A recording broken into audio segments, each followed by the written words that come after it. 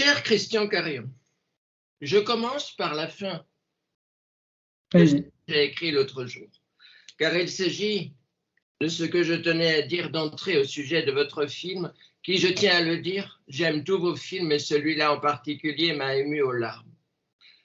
J'expliquerai pourquoi au cours de l'émission. Un petit mot au sujet d'une belle course. Qu'est-ce qui me bouleverse dans ce film? Tout d'abord, ses acteurs, pour n'en citer que 3. La grande Lynn Renault, qui maintenant que Denise Gray et Annie Cordy ne sont plus de ce monde, reste à mon sens notre grand-mère idéale à tous. Danny Boone, admirable dans le rôle d'un homme qui, bien qu'il paraisse très froid au début, va petit à petit s'humaniser totalement.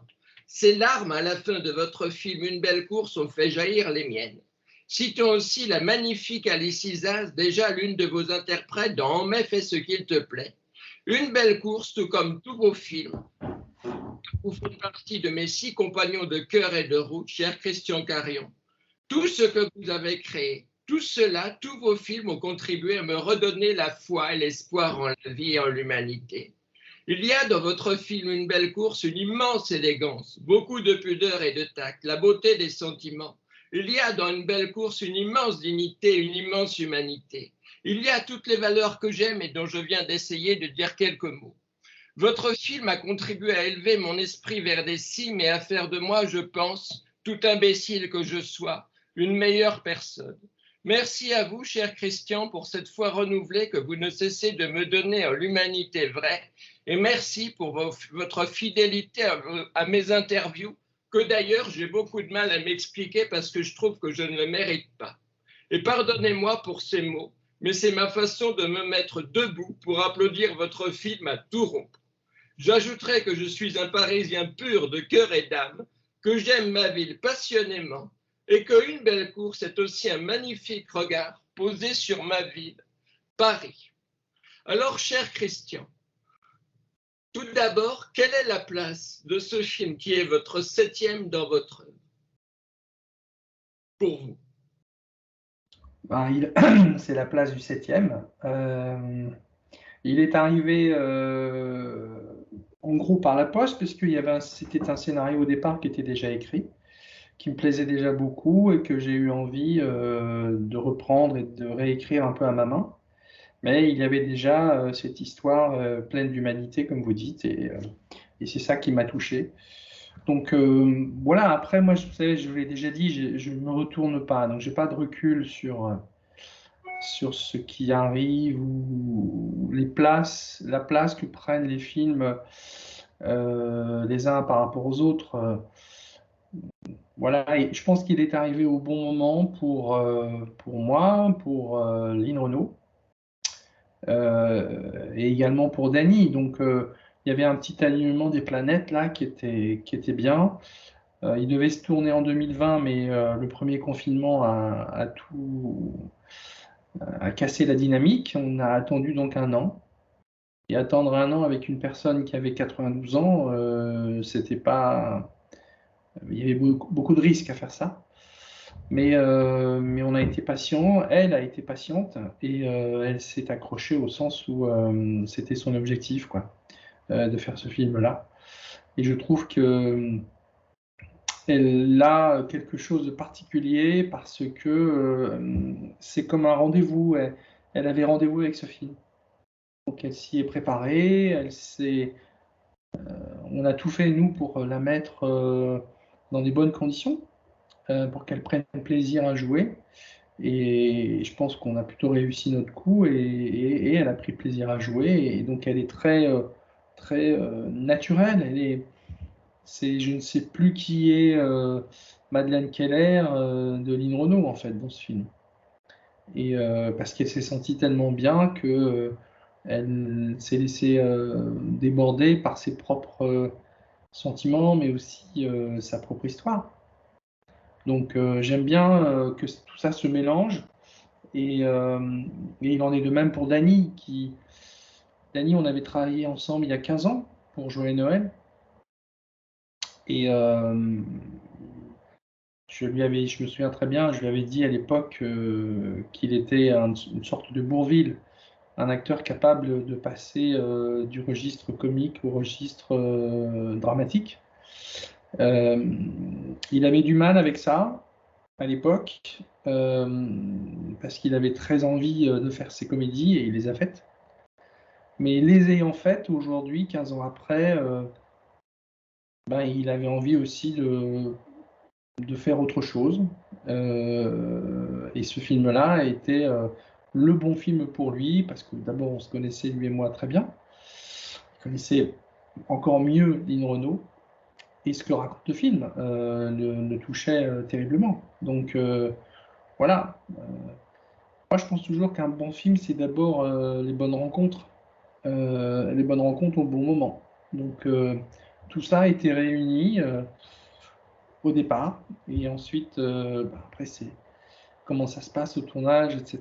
Mais il y avait déjà beaucoup de, de bons ingrédients avant de faire la recette. Christian, je crois que dans la vraie vie, Danny Boone est en quelque sorte le fils adoptif et spirituel de Lynn Renaud, on peut dire ça quelque part. C'est ce qu'ils disent tous les deux. Mais ça se voit, il y a... Il y a une immense complicité entre eux à travers tout ça le fait film. très longtemps qu'ils se connaissent. Lynn raconte que elle était à Las Vegas quand on lui a dit qu'il y avait un petit gars d'Armentières qui allait monter, qui faisait l'Olympia, le premier Olympia de Dany. Et elle lui a envoyé un télégramme à l'époque, c'était un télégramme, c'était pas des SMS, pour lui souhaiter le meilleur. Et lui, ça l'a énormément touché parce que quand il était gosse, il allait la voir en spectacle du côté d'Armentières, là-haut, dans le Nord. Donc recevoir un télégramme de Lynn Renaud, c'était une façon d'être adoubé. Et ensuite, il l'a invité à son sa pièce de théâtre, la Maison du Bonheur, et qui a été transformée en film de cinéma. Et là, il lui a offert un rôle. Et ils se sont retrouvés ensuite dans Les Ch'tis. Et hier soir sur TF1, donc il diffusait La Ch'ti de famille, où elle joue la maman de Dany. Voilà, donc tout ça est effectivement intimement mélangé. Et c'est ce qui fait que Dany disait ce film, il n'y a que moi pour emmener Lynn Renaud, enfin le personnage de Lynn, à sa dernière demeure. Voilà. Vous permettez que je raconte deux toutes petites anecdotes sur mes deux rencontres avec Lynn Renaud? Je peux? Bah oui, allez-y. Ouais. Ah voilà. Alors d'abord, moi j'ai connu Lynn Renaud quand elle jouait un rôle d'Elmaude au Théâtre Antoine. Je suis l'une des seules personnes qui possède sur son ordinateur quasiment toutes les versions d'Harold Desmaudes. Et j'ai offert à Lynn Renaud la version interprétée par Madeleine Renaud et par Denise Gray.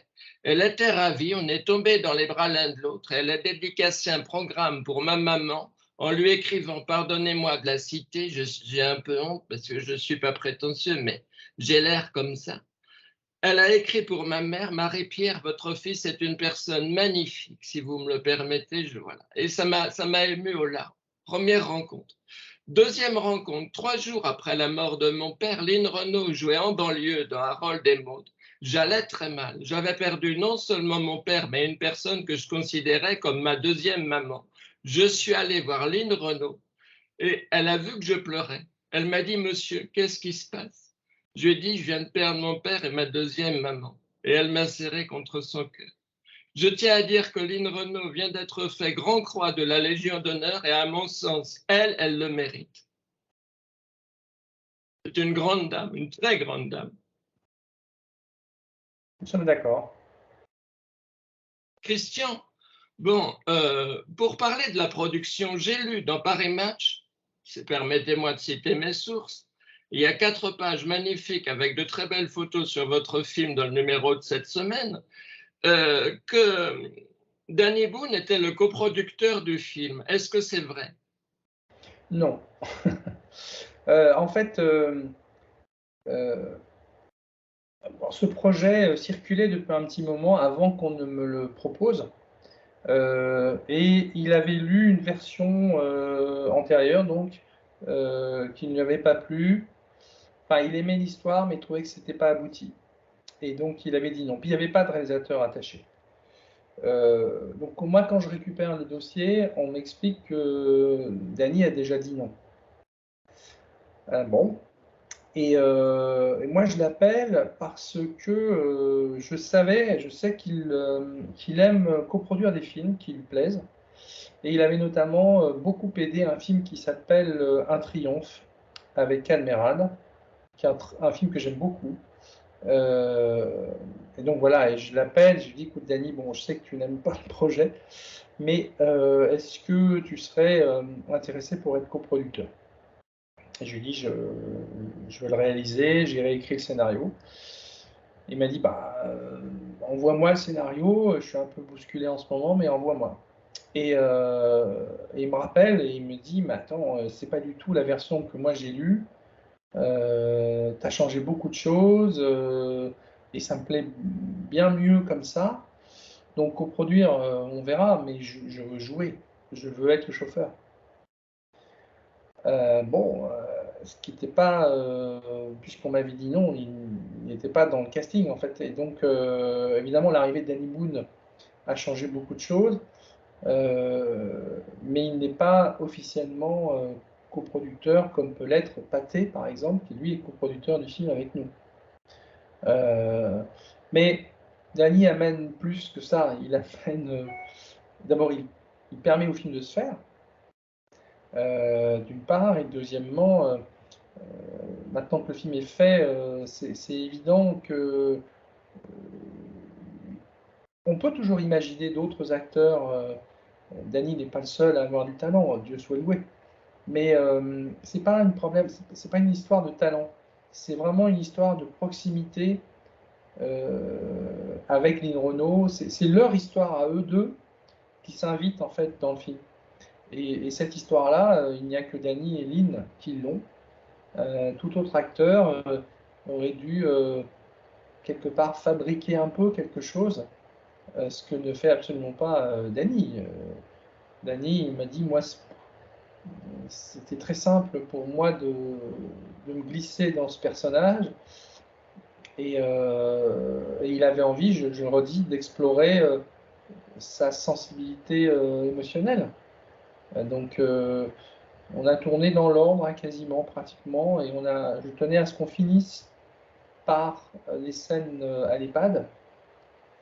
On a d'ailleurs tourné la scène où il la dépose le soir à l'EHPAD, le jour des 93 ans, donc, de Lynn Renault. Bon, donc c'était bizarre. On tournait de nuit, on a fait un dîner, et après le dîner, en gros, il l'a déposé à l'EHPAD. Bon, c'était bon. Mais voilà, donc ce mélange, je le redis, beaucoup de choses qui sont de l'ordre de l'intimité entre ces deux-là, qui éclatent à l'écran. Christian, on a parlé de Lynn Renault et Danny Boone. Pouvez-vous dire quelques mots sur la merveilleuse Alice Isaz? Alors, Alice Isaz, vous le savez, moi je l'avais découverte, j'ai travaillé avec elle donc, en mai Fest Te Plaît. À l'époque, on avait fait un casting pour pouvoir trouver cette actrice, pour interpréter cette institutrice à vélo. J'en ai vu quelques-unes et je me souviens très bien, j'ai pris un café dans le 9e arrondissement avec Alice et au bout de 5 minutes, j'avais même pas envie de lui faire dire quoi que ce soit. Il y avait quelque chose chez elle qui était de l'ordre de l'évidence pour moi. Donc je lui ai dit tout de suite qu'elle ferait le film. J'ai appelé ma directrice de casting en disant t'arrêtes tes recherches, c'est fait. Mais j'en savais pas plus que ça. Je marche beaucoup à l'instinct et donc j'ai misé entre guillemets sur Alice. Après, je me suis dit, bon, elle a 20 ans, elle avait 20 ans à l'époque. Elle va jouer avec des gens qui ont beaucoup d'expérience. Je pense à Auguste Dil, Olivier Gourmet, Mathilde Seigné, Laurent Gérard. Laurent. Alors non, Laurent, lui, il n'avait pas d'expérience. Il n'avait pas d'expérience en tant qu'acteur, mais sur scène, que d'expérience. Oui, c'est quelqu'un qui... Ça fait 30... Enfin, oui, ça faisait 30 ans qu'il était sur scène. Mais sur scène et devant une caméra, c'est pas pareil. Non. Enfin bon, il avait une expérience du jeu qu'elle n'avait pas. Et en fait, j'ai été bluffé par sa capacité à maintenir son cap, à ne pas se laisser, pas intimider, mais disons, ne pas être dans l'admiration des autres et quitte à s'oublier soi-même. Elle a, elle a fait ce qu'elle avait à faire, elle a défendu son personnage et je trouve qu'elle est sublime en mai. Et donc ça, je l'avais vraiment gardé en tête. Et quand ce projet donc, est arrivé, il n'y a pas eu de casting pour jouer Lynn Renault jeune. Il y a juste eu un dîner pour que Lynn et Alice se rencontrent. Je me souviens, Lynn avait demandé elle avait demandé une brasserie pour manger de la choucroute. Bon. Et donc, on s'est retrouvés ensemble et j'ai senti que le courant passait. Elle avait accepté, Lynn Renault, en fait. Après, on a travaillé un peu la couleur des yeux en post-prod, mais Alice. Renaud a des yeux d'un bleu magnifique. Qu'est-ce qu'ils sont Ouais. beaux, les yeux de Lynn Renaud? Les yeux de Lynn Renaud sont très particuliers. Donc, bon. Mais néanmoins, je redis, donc Lynn avait adoubé Alice. Donc pour Alice, après, c'était plus simple. Et parfois, sur le tournage, les deux se croisaient. Et j'ai même imaginé une scène où elles jouent ensemble quand elles sont assises toutes les deux en arrière du taxi, qui n'était pas dans le scénario, mais qui vient de ma frustration de ne pas les voir jouer ensemble, d'une part, et aussi parce que les personnes âgées, comment dirais-je, mélangent un peu les temps, parfois.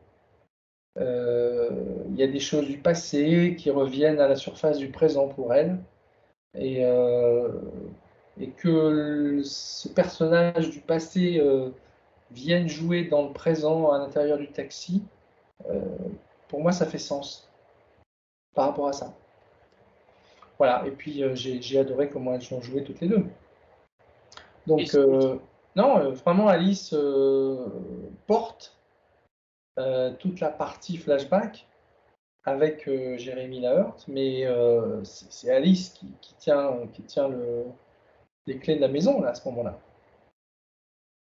Je tiens au passage à saluer, on ne va pas rentrer dans les détails, on n'a pas le temps, mais à saluer de tout mon cœur Christophe Rossignon et Laure Herman, pour qui j'ai beaucoup d'estime et d'admiration.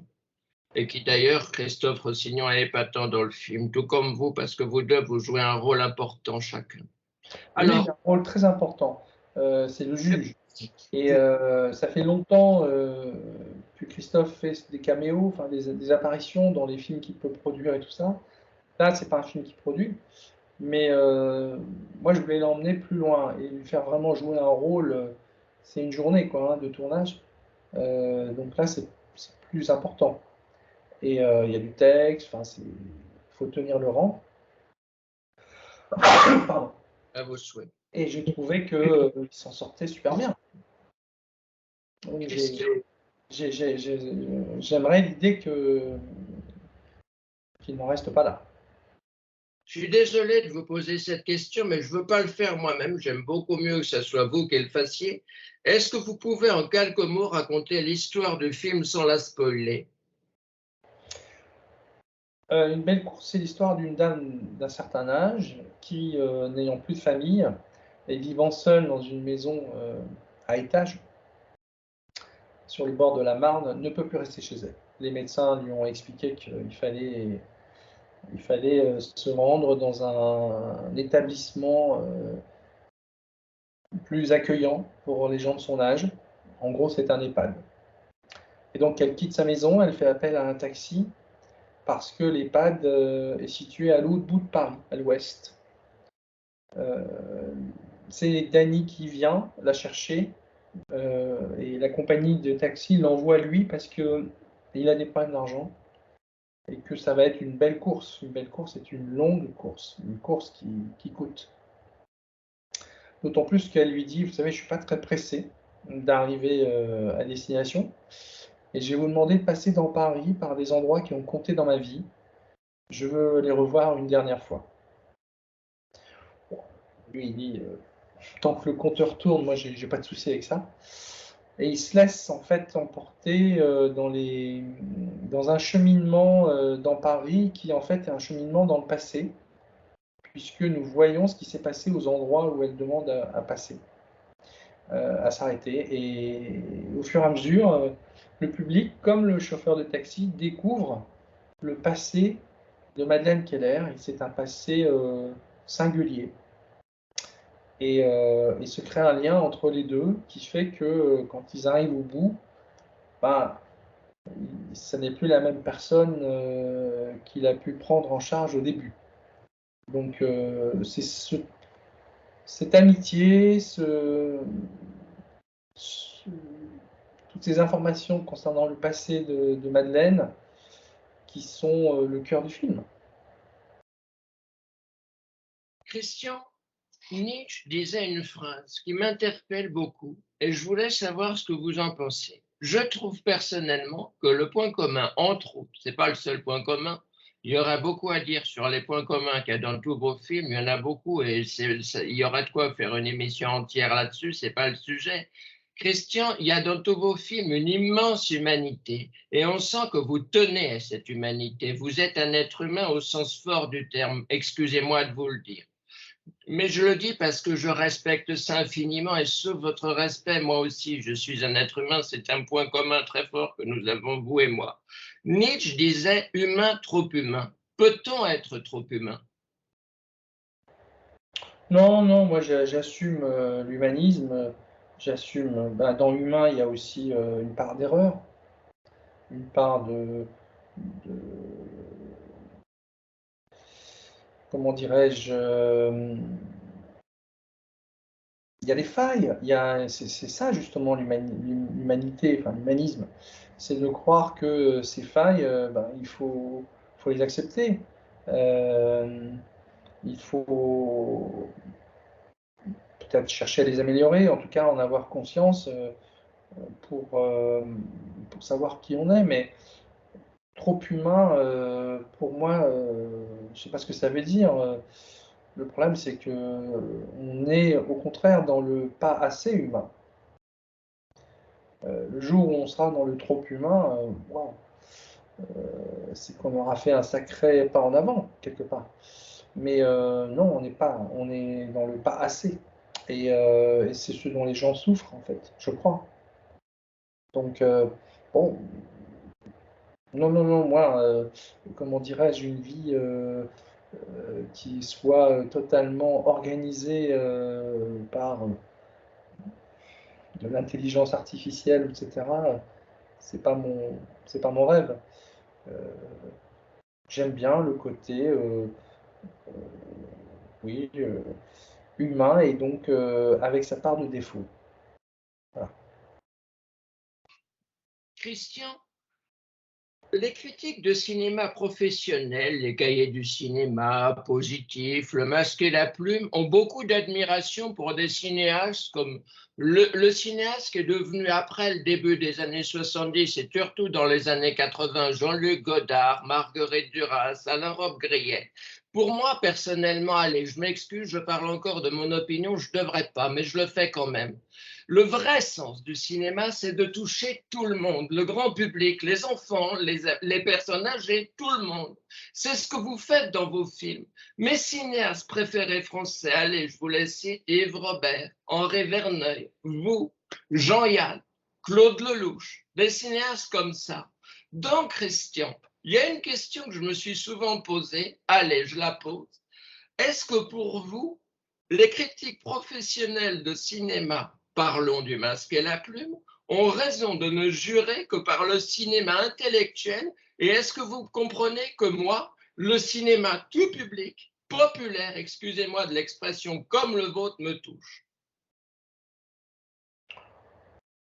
Ouais, il y a plein de choses dans ce que vous dites. Alors, le cinéma de la nouvelle vague, on l'oublie, mais au début, la nouvelle vague était extrêmement populaire. Les films de, surtout, il y avait quand même Chabrol, Il y avait effectivement Truffaut. Et Godard, à ses débuts, tous ces films-là, quand même, ont touché du public. Et je ne crois pas qu'il existe des cinéastes qui se lèvent le matin en se disant « Moi, je vais faire un film que pour moi ». Tout le monde espère toucher des gens. Euh, pour moi, le cinéma, c'est l'émotion. C'est-à-dire que si je vais dans une salle et qu'en ressortant, je n'ai pas été touché, alors qu'est-ce qu'on appelle être touché? Moi, j'ai besoin d'être ému.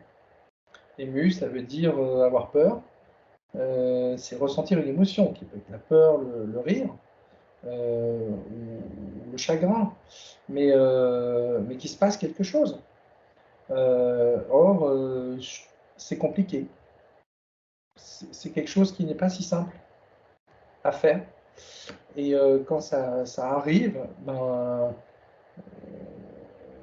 je ne dis pas que c'est un miracle, mais enfin, c'est quelque chose de très précieux. Apparemment, vous avez des films qui ne vous ont pas touché, mais qui ont peut-être touché d'autres personnes. Mais bon, après, Le Masque et la Plume, c'est devenu, je pense, une caricature. Moi, j'ai un copain qui appelle ça le casque et l'enclume. Ouais, enfin, finalement, c'est une espèce de récréation. Puis après, aujourd'hui, soyons honnêtes, ce n'est plus la critique qui fait le succès des films, en fait. Les gens, alors, sauf s'il est unanimement mauvaise. Oui, là, ça va être compliqué.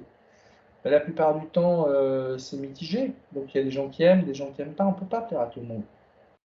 Et ceux qui n'aiment pas, ils aiment autre chose. Je vais vous dire, Nicolas, je m'en fous. Vous avez J'ai appris, ça fait quand même maintenant 20 ans que j'essaye de faire mon cinéma. Parce que le plus important pour moi, c'est de pouvoir continuer. C'est-à-dire qu'il y ait suffisamment de succès pour que quand je propose quelque chose, je sois entendu, écouté et suivi. C'est ça le plus important. Moi, je pense que les films les plus importants, ce sont les films qui restent. Ce sont ceux qui s'inscrivent dans le temps. Après, vous avez les films je l'ai déjà expliqué, je crois même avec vous, les films qui s'inscrivent dans l'ère du temps, ce ne sont pas ceux qui restent. Ce pas les mêmes que ceux qui s'inscrivent dans le temps. Parfois, ils arrivent à faire les deux, c'est très rare. Je pense toujours à La Belle et la Bête de Cocteau. C'est un film qui sort juste après la guerre. C'est un film en noir et blanc, hein, que vous connaissez. Après la guerre, les Français n'ont absolument pas envie de voir ça. On est déjà dans le plan Marshall, c'est-à-dire que les États-Unis inondent d'argent l'Europe pour éviter que le communisme ne s'empare de l'Occident. Et dans tout ce que l'Amérique amène, il n'y a pas des tracteurs et du blé, il y a tous les films américains gratuits. C'est-à-dire qu'ils mettent à disposition des salles de cinéma françaises des films pour rien. Et c'est pas n'importe qui. C'est des films comme Autant n'emporte le vent. Enfin, il y a une production américaine des années 40 qui est magnifique.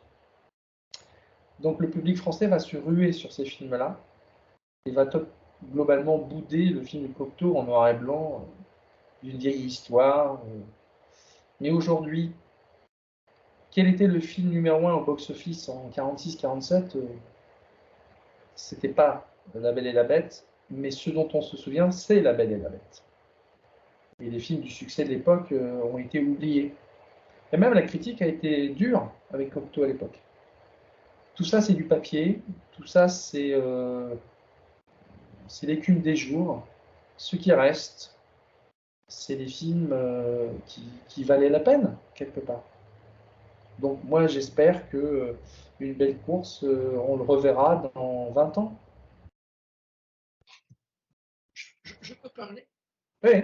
Alors voilà, moi je tiens à dire, on en a déjà parlé, vous avez déjà rendu hommage à Claude Lelouch, qui est un très grand cinéaste. On va parler d'autres cinéastes, 3 autres que je cite rapidement, simplement, pas pour détailler, mais pour avoir votre avis dessus. Je redécouvre avec joie et un bonheur fou Certains films de Jean-Yann, tout le monde il est beau, tout le monde il est gentil. Pour moi qui suis un ancien animateur radio sur une radio religieuse, c'est un film extraordinaire, extraordinaire, extraordinaire. Quelle distribution magnifique. Henri Verneuil et Yves Robert, je les aime passionnément. Vous comprenez? Bah écoutez, moi, Henri Verneuil, vous savez, j'ai à la maison, on s'est fait un petit home cinéma. Et en fait, mon plaisir, c'est de montrer des films à mes enfants. Et donc, on a vu Le Clan des Siciliens. On a vu. Parce que ce cinéma-là, je pense que c'est important que mes gosses le voient. On a vu Mélodie en sous-sol. On a vu Un éléphant, ça trompe énormément. Moi aussi. Comment. Manon des Sources. Vous avez vu, tout le monde il est beau, tout le monde il est gentil. Je ne l'ai pas revu depuis longtemps. Mais je pense qu'effectivement. Alors, est-ce que ça. Bon, apparemment, ça a bien vieilli. C'est une époque quand même. Hein. Mais je serais curieux de le revoir. Après, Le Louche, très important. Ah, okay. Pour moi, très important. Très grand. J'ai découvert, parce que je ne l'avais pas vu. C'est Un homme qui me plaît. C'est magnifique. Et Belmondo et Annie Girardot avec le plan à la fin quand elle l'attend à l'aéroport de Nice. Bon. Regarde, Annie Girardot. Voilà, c'est du Lelouch, c'est-à-dire que il aime autant le cinéma que les gens, quoi. Il fait le cinéma, il fait des films pour les gens, au sens où il veut toucher, il veut plaire, et il y arrive très souvent. Des fois, ça marche pas, on peut pas réussir à tous les coups, mais c'est pas faute d'avoir essayé en tout cas. Et voilà, il a un ton, une liberté. Il nous a raconté l'accueil évidemment d'un homme et une femme. Alors il y a prescription maintenant, mais donc le film à Cannes, etc. Et il prend un appel de François Truffaut. Et Truffaut lui dit mais Claude, c'est magnifique, quelle liberté, quel ton, quelle émotion. Tu es vraiment. C'est un des meilleurs films de la nouvelle vague. Et là, que le Lelouch l'arrête et lui dit non, mais François, moi, j'aime pas la nouvelle vague. J'aime pas. Bon, tes films me touchent la plupart, mais globalement, ce que vous appelez la nouvelle vague, ça m'emmerde. Ça me touche pas, ça m'ennuie. Il y a un blanc. Il y a un blanc au bout du fil. Et puis bon, la conversation se termine. Et Claude dit je me suis fait dézinguer dans les cahiers du cinéma à cause de cette conversation. Et il dit depuis, c'est le sport national des cahiers du cinéma de dézinguer tous les films de Claude Lelouch. C'est-à-dire qu'il y a un côté, c'est dommage, mais il y a un côté dans le cinéma, alors on dit pudiquement famille. Mais non, c'est des chapelles, ce sont des sectes. Et à un moment donné, t'es pas de la famille, t'es pas de la famille. Donc il n'y a pas d'ouverture d'esprit. Il n'y a pas de. Ça devient des postures, des filiations. Bon, donc c'est certain que les gens qui sont d'esprit libre, qui n'aiment pas trop baiser la bague, ils prennent des coups. Bon. Un point commun entre vous et Claude Lelouch, vous êtes proches à bien des égards. Ah, moi je lui montre tous mes films, et d'ailleurs il va voir cette semaine Une belle course. Alors d'habitude je suis avec lui, mais là je peux pas. Puisque je vais aller à Toronto, parce que le film est sélectionné là-bas et que c'est très important pour la carrière d'Une belle course. Donc j'ai vu Claude justement à la remise, à la cérémonie à l'Élysée où Lynn Renault a été faite Grand Croix dans l'ordre de la Légion d'honneur. Et je dis Claude, tu vas voir le film tout seul puisque je ne peux pas être là. Mais oui, c'est que le Lelouch, c'est un des premiers, enfin je veux dire, la projection de Joyeux Noël à Cannes, c'est là où il a débordé tout le rang où il était assis pour venir me voir et me dire son émotion. Et donc depuis, on se voit souvent et je lui ai dit à quel point moi, je sais que je lui dois beaucoup. Ces films m'ont bouleversé, mon itinéraire d'un enfant gâté, enfin je ne vais pas tous les citer les uns les autres. Waouh, je me suis toujours dit, ouais, j'aimerais bien réussir ce genre de prouesse, quoi. D'ailleurs, Christian, vous permettez que je fasse juste une petite remarque? À certains égards, Une belle course pourrait presque être un film de Claude Lelouch. Ben, on va voir ce qu'il en pense déjà. Mais, oui, mais j'aimerais bien que. Il m'a dit un truc sur Mon garçon et Mason avec ce principe que l'acteur donc l'acteur principal n'a pas de scénario. Il m'a dit c'est une idée que j'aurais bien aimé avoir. Et là pour moi, là c'est un tampon Claude Lelouch parce qu'il a beaucoup joué avec ça lui aussi sur qu'est-ce que les acteurs savent, qu'est-ce qu'ils ne savent pas. Et donc voilà, non, mais je me sens proche effectivement de cet artiste. Au fond, les années 70, il y avait aussi Yves Boisset. Les films de Yves Boisset m'ont beaucoup marqué également. C'est un cinéma qui n'existe plus beaucoup. Cinéma contestataire, un cinéma politique. Bon, mais ça reviendra. Ça reviendra. Je voudrais qu'on finisse par 3 choses. Vous permettez que je vous dise lesquelles, comme ça vous verrez si vous avez le temps. Ouais. D'abord, un tout petit mot sur Philippe Rombé, le compositeur du film. Ensuite, on écoute la chanson Le monsieur qui est menteur, vous en dites une phrase toute simple. Et je finis en lisant mon texte. Ça vous va? Très bien. Philippe Rombi. Alors Philippe, on n'avait pas travaillé ensemble depuis Joyeux Noël, donc ça fait 15 ans. On avait commencé avec Une Hirondelle à la fête de printemps et puis Joyeux Noël. Donc c'était important qu'on se retrouve et je pense que de même que pour Dany et Lynn se retrouver sur Une belle course, eh bien pour moi et Philippe, c'était le film parfait. En même temps, je lui dis il y a un écueil. Il y a déjà beaucoup de choses à l'image. Il va falloir accompagner tout ça avec élégance, avec pudeur aussi. Et je trouve que ce qu'il a proposé, alors, vous savez, il y a 2 films en un, puisqu'il y a les flashbacks et ce qui se passe dans le taxi. Sur les flashbacks, la référence pour moi était Bernard Herrmann. Donc il n'a pas fait du Bernard Herrmann, il a fait du Philippe Romby, mais en pensant à ce cinéma des années 50-60. Et quant à la partie contemporaine, eh bien, là, j'avais, entre guillemets, pas de référence. Et je trouve qu'il a une délicatesse. Enfin, moi, je trouve sa proposition sublime, hein, honnêtement. Je suis très, très fan de ce qu'il a fait. Magnifique. Magnifique. Joyeux Noël est simple. La composition d'Une Hirondelle fait le printemps, qui est votre premier film, est formidable. Et vous avez eu la chance et le talent de travailler avec des compositeurs géniaux, dont Ennio Morricone et Laurent Pérez Delmar, que je salue au passage. Moi aussi. Mais voilà, bon, après, il y a des moments où on ne peut pas travailler avec les gens parce qu'ils ne sont pas disponibles, bon, où on a envie aussi de faire autrement avec d'autres.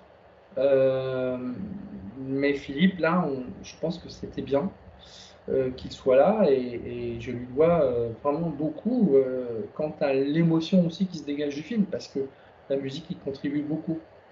Donc c'est une grande BO de Philippe Romby. D'ailleurs, c'est l'occasion pour Philippe Romby de retrouver Danny Boone parce que, rappelons-le, Philippe Romby a composé la musique des films de Danny Boone. Au sortir de Joyeux Noël, Danny était très impressionné par le travail de Philippe Romby sur le film. Et ils se sont vus, etc. Et ça a débouché sur, entre autres, la musique des Ch'tis. Faire de la musique pour des comédies, c'est pas facile. Il a fait aussi les Astérix. Enfin, bon, il faudra revoir sa filmo. Il travaille beaucoup pour François Ozon aussi. Voilà. c'est quelqu'un qui est capable d'aller sur des univers quand même assez différents. Vous permettez qu'on écoute la chanson Le Allons. Monsieur Chanteur? Alors c'est parti, une seconde. Excusez-moi, je règle le son. Toc, toc, toc. Et voilà, c'est parti.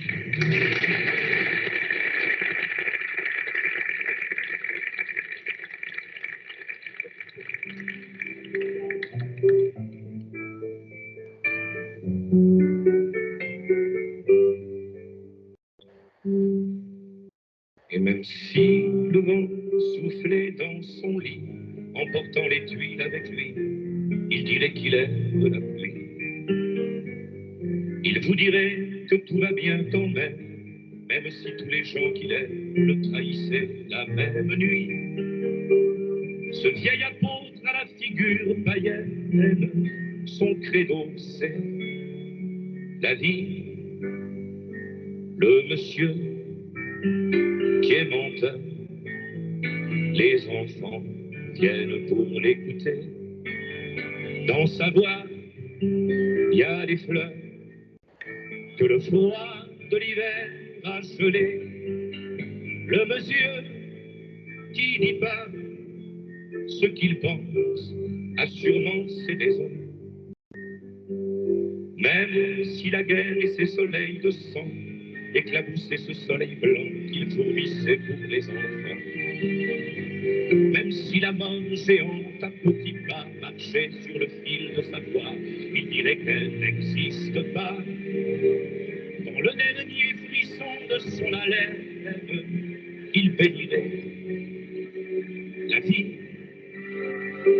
Le monsieur qui est menteur a les yeux remplis de confettis. Va le voir quand tu pleures.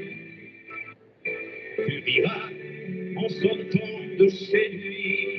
Le monsieur qui dit pas ce qu'il pense, il a drôlement raison. Et même si à l'ombre du clocher, il marche avec le vieux curé d'un pas de plus en plus compté, personne ne pourra jamais vous dire s'il est mort de des souvenirs ou s'il lui dit la vérité. Il siffle entre ses dents une rengaine à la gloire de la vie. Le monsieur qui est menteur, même au ciel, il mentira à Dieu. Il dira quel bonheur, les humains sont des gens merveilleux. Le monsieur qui dit pas ce qu'il pense a de bonnes raisons. Et même s'il me disait la vérité, un soir qu'il aurait le cœur lourd, je ferais semblant d'être sourd.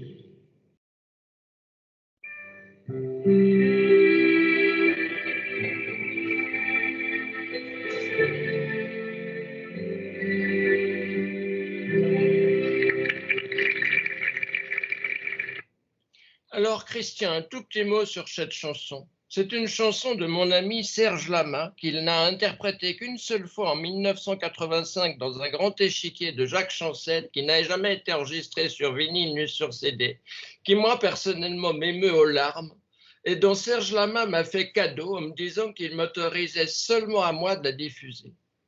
Simplement, qu'est-ce que vous en pensez? Je comprends pas. Je comprends pas pourquoi cette chanson n'a pas eu plus de carrière, entre guillemets. Pourquoi la chanter une seule fois? Bon, ça, il n'y a que Serge Lama qui puisse répondre. Moi, ça fait écho pour moi à une phrase que dit Lynn Renaud dans le film où elle dit, comme disait mon père, un sourire est un coup de jeune et un coup de colère est un coup de vieux. Cette façon de voir les choses, quitte à mentir, c'est vraiment un art de vivre et c'est pas à la portée de tout le monde. C'est une philosophie presque, et moi je suis assez admiratif de ça parce que je ne suis pas toujours en mesure de le faire. Elle vous touche beaucoup, cette chanson? Oui, tout à fait, bien sûr, je ne la connaissais pas du tout. Mais je redis, c'est dommage que... alors, je ne sais pas si vous êtes toujours en contact avec Serge Lama, mais il faut le C'est un de mes meilleurs amis, je l'adore. Et je suis très proche de sa femme, Luana Santonino. Luana, je vous embrasse. Il faut que cette chanson sorte de vos tiroirs à vous. Oui. Donc, Christian, vous permettez que je lise mon texte maintenant? Allez-y. Et c'est parti. Cher Christian Carion, nous avons parlé aujourd'hui de ce magnifique film qu'a une belle course dont vous êtes l'auteur. Et j'aimerais, une fois n'est pas coutume, pouvoir terminer notre rencontre par un petit texte que m'inspire cette œuvre qui m'a ému aux larmes. Et j'ai envie de partir de quelques remarques sur mon expérience de la vie et du cinéma. Pour dire bien évidemment, entre autres, pourquoi je considère Une belle course comme un chef-d'œuvre, mais ça c'est une telle évidence. Les notions du bien et du mal, aussi manichéennes puissent-elles être, existent toutefois bel et bien en ce monde. Il appartient à chacun de faire ses choix, et d'ailleurs chaque être humain peut évoluer dans un sens ou un autre. Une phrase tirée de la Bible m'a toujours terrifié. Dieu a fait l'homme à son image. Mais de quelle sorte d'homme s'agit-il? Hitler, Mussolini, Staline, Pol Pot, Salazar, Franco, étaient-ils réellement des êtres humains? Hélas, oui, mais dépourvus de toute part d'humanité. Je reste cependant profondément croyant. J'ai la foi en un grand mystère dont j'ignore tout. S'agit-il de Dieu et de quel Dieu s'agit-il? S'agit-il du Tao, du karma, du destin? Pour moi, j'appellerais cela une force. Et cette force, il s'agit de la prendre en soi, de la recevoir en plein cœur, de faire de notre âme la demeure éternelle sans cesse renouvelée de cette force dans chacun de nous. Aucun homme de science ne peut, je le crois profondément, quelles qu'en soient les explications qui se veulent rationnelles, expliquer ce grand mystère qu'est la vie. Pourquoi l'enfance? Pourquoi la jeunesse, la vieillesse, la mort? Pourquoi la beauté des paysages? Pourquoi les montagnes, le ciel, les campagnes, les villes? Pourquoi les humains? Pourquoi les animaux? Pourquoi les goélands tombent-ils souvent au cours de leur course folle au-dessus des océans, noyés ou balayés par le vent? Et du reste, certains d'entre eux tiennent bon. Je persiste et signe en une fois en une belle humanité, des humains magnifiques. Je vais en nommer 6, à commencer par vous, cher Christian, car vos films, et vous l'avez tous compris, notamment Une belle course, m'ont permis de conserver en moi cette foi. Mais je veux en profiter aussi pour rendre hommage à 5 très grands auteurs dont j'ai eu l'immense chance d'être proche.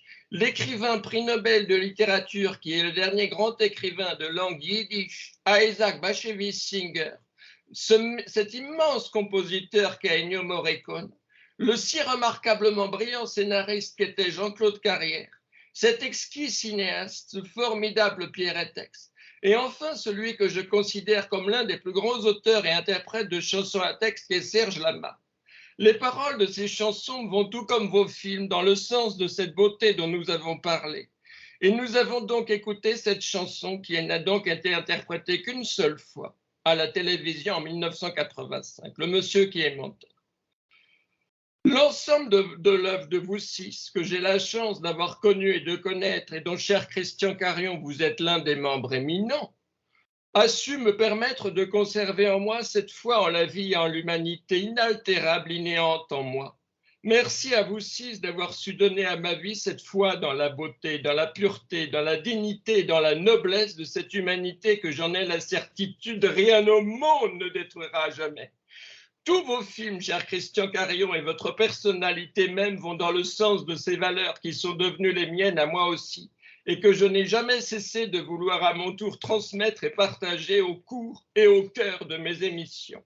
Alors voilà, cher Christian Carion, vous allez faire quelques commentaires sur ces mots que je viens de dire, pour terminer notre émission sur ce merveilleux film que j'invite tous les auditeurs à se précipiter à aller voir en salle, en espérant que nos propos, ceux d'aujourd'hui et ceux qui bientôt seront sur ma chaîne YouTube, car cette vidéo y sera, non seulement donneront envie à tout le monde d'aller voir au cinéma Une belle course à partir du 21 septembre, mais aussi que ce que nous avons dit, vous et moi, sera touché le plus grand nombre de gens possible.